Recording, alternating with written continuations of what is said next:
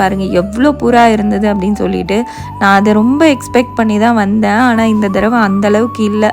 சரி இருக்கிற புறாவுக்காவது நம்ம ஃபீட் பண்ணுவோம் அப்படின்னு சொல்லிட்டு அந்த கடையில், கோவிலுக்குள்ளே இருக்க கடையிலே வந்து வாங்கி நான் கொஞ்சம் வந்து ஃபீட் பண்ணேன்.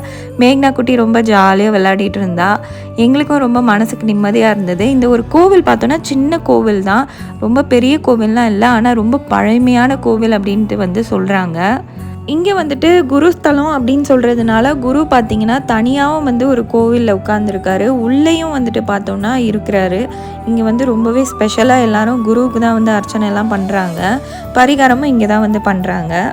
இந்த கோவிலை வந்துட்டு ஃபஸ்ட் டைம் வந்து நான் இன்ஸ்டாகிராமில் தான் வந்து பார்த்தேன். பார்த்துட்டு இங்கே அந்த புறாவெல்லாம் பார்க்கணும் அப்படின்னு சொல்லிட்டு தான் அந்த கோவிலுக்கு வந்து நான் போயிருந்தேன்.